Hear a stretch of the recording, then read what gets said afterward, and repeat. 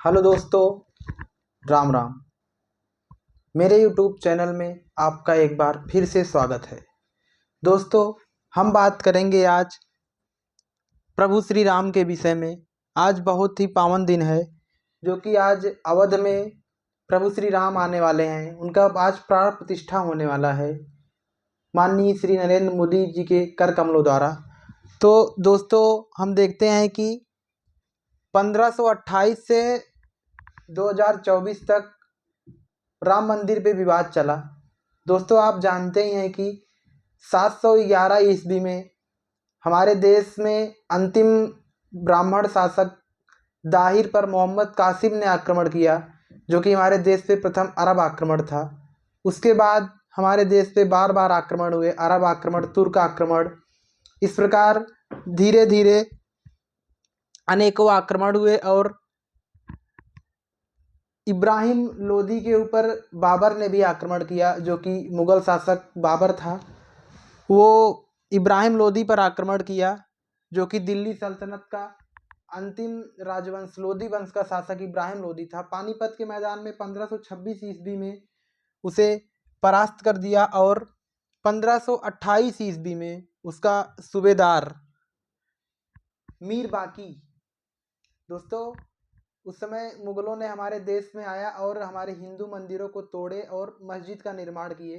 तो उसी के साथ साथ देखते हैं कि दोस्तों, मीर बाकी, जो कि बाबर का सूबेदार था, वो बाबर के नाम पर ही बाबरी मस्जिद का निर्माण किया, जो कि अवध में वह निर्माण किया। और धीरे धीरे मुग़लों ने हमारे देश पर अपनी शासन स्थापित कर लिया और मुग़लों का शासन स्थापित हो गया। और 1500, आप जानते हैं कि 1526 ईस्वी से सन 1857 ईस्वी तक मुग़लों ने शासन किया। दोस्तों, धीरे धीरे मुग़ल बाबर आया, फिर हुमायूं आया, अकबर आया, और धीरे धीरे उसके शासक कमज़ोर होते चले गए। और अंत में अंग्रेज़ों का हुकूमत हो गया, अंग्रेज़ों ने सत्ता स्थापित कर लिया।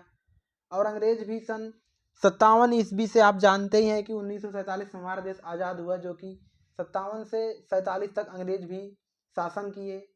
और उसी प्रकार दोस्तों, जो कि आप देख ही रहे हैं कि बाबरी मस्जिद बनने के 330 साल बाद पहला एफआईआर हुआ। दोस्तों, जहाँ पे ये मीर बाकी, सूबेदार, बाबर का सूबेदार मीर बाकी ने बाबरी मस्जिद बनवाया था, वहाँ पे पहले हमारे प्रभु श्री राम के पुत्र कुश द्वारा राम का मंदिर बनवाया गया था, जो कि उस मंदिर को तोड़ करके ये बाबरी मस्जिद का निर्माण करवाए। और उसके बाद 1528 ईस्वी में वह निर्माण करवाए और 1858 तक, लगभग 330 सालों बाद पहला एफआईआर हुआ। क्योंकि 1528 से 1858 तक मुग़लों का शासन था, जिससे हमारे देश में हिंदू कुछ बोल नहीं पाते थे, और मुग़लों ने वहाँ पर शासन किया हमारे देश में। और 1858 ईस्वी में पहला एफआईआर हुआ। और जब एफआईआर हुआ तो अवध का जो थानेदार था, अवध का थानेदार वहाँ पे तहकीकात करने गया, इंक्वायरी करने गया, तो देखा तो वहाँ पे चबूतरा, जो बड़ा सा चबूतरा प्राप्त हुआ। उसके बाद हवन कुंड भी प्राप्त हुआ। तो वहाँ पे राम के होने का, राम मंदिर के होने का और राम के अवतार का वहाँ पे कुछ साक्ष्य उन्हें प्राप्त हुए। तो जिससे कि राम के जो भी भक्त थे उनको पूजा करने का अधिकार और मस्जिद में नमाज पढ़ने का भी अधिकार दिया गया। तो अपने अपने समय पे मुसलमान अपना नमाज पढ़ते और हिंदू अपने राम की पूजा करते थे। तो धीरे धीरे क्या हुआ कि 1885 ईस्वी में राम के लिए पक्के घर के लिए अदालत में आवाज़ उठने लगी कि राम को पक्के घर दिया जाए, क्योंकि राम उस समय वहाँ पे डेरे में विराजमान थे। दोस्तों, आप देख ही रहे हैं कि हमारे प्रभु श्री राम भी डेरे में ही विराजमान थे। तो 1885 ईस्वी में राम के लिए पक्के घर के लिए अदालत से मांग उठने लगी। और धीरे धीरे समय बीतता गया और 1949 में, आप जानते हैं कि सन 1947 में हमारा देश आज़ाद हुआ।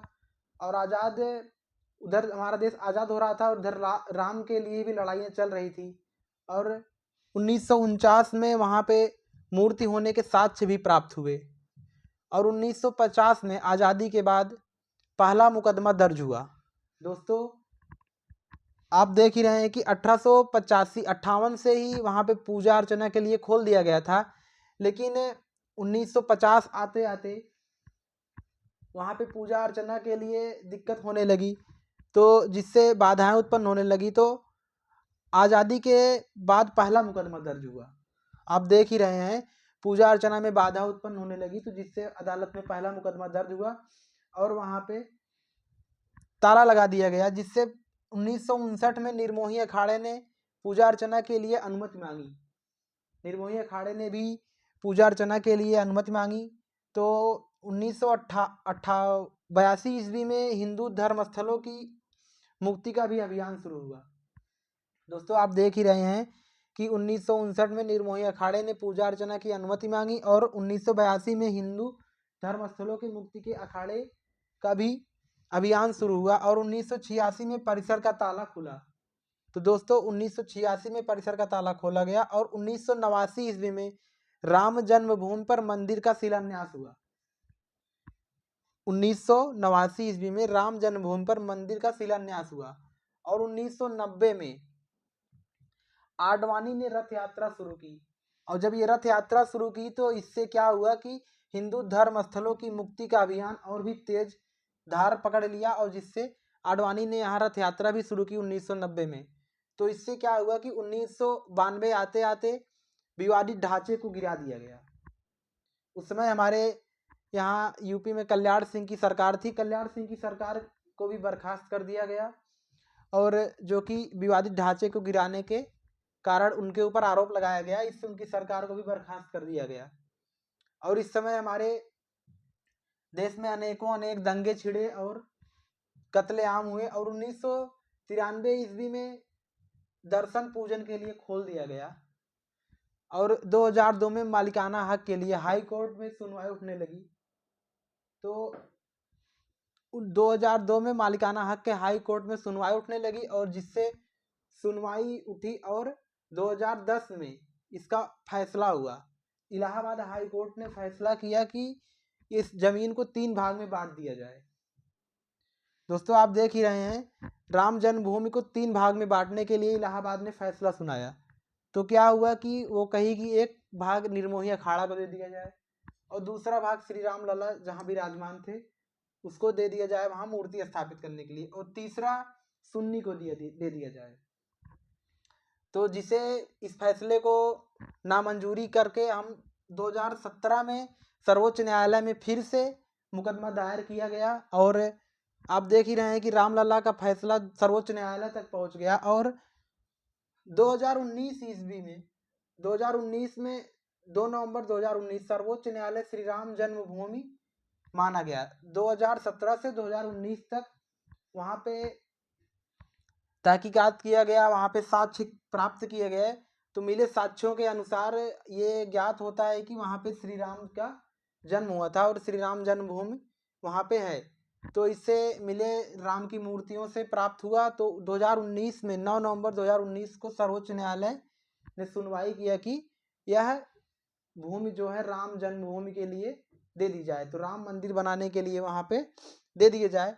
और इसके बदले में मुसलमानों को जो दंगा छिड़ जो भी झगड़े हो रहे थे, मुसलमानों के झगड़े को निपटाने के लिए कहा गया कि उनको एक अलग टुकड़ा मस्जिद बनाने के लिए दे दिया जाएगा। और 2020 ईस्वी में जो कि 5 अगस्त 2020 को अयोध्या में राम मंदिर का आधारशिला रखी गई। दोस्तों आप जानते हैं कि 5 अगस्त 2020 को हमारे रामलला श्री राम जी के राम मंदिर आधारशिला रखी गई और पीएम नरेंद्र मोदी उसमें शामिल हुए। और 2024 में 22 जनवरी 2024 को भगवान राम की प्राण प्रतिष्ठा हुई, जो कि आज का दिन हमारे लिए बहुत ही महत्वपूर्ण और ऐतिहासिक दिन है। इसमें भी पीएम मोदी शामिल हुए और पीएम मोदी के कर कमलों द्वारा हमारे प्रभु श्री राम का आज प्राण प्रतिष्ठा किया गया। दोस्तों इस प्रकार के वीडियो को देखने के लिए हम आशा करते हैं कि आप हमारे चैनल को सब्सक्राइब कर दिए होंगे। दोस्तों जो भी हमारे चैनल पर नए हों प्लीज़ सब्सक्राइब कर दीजिएगा और बेल आइकन दबाना ना भूलिएगा। धन्यवाद दोस्तों।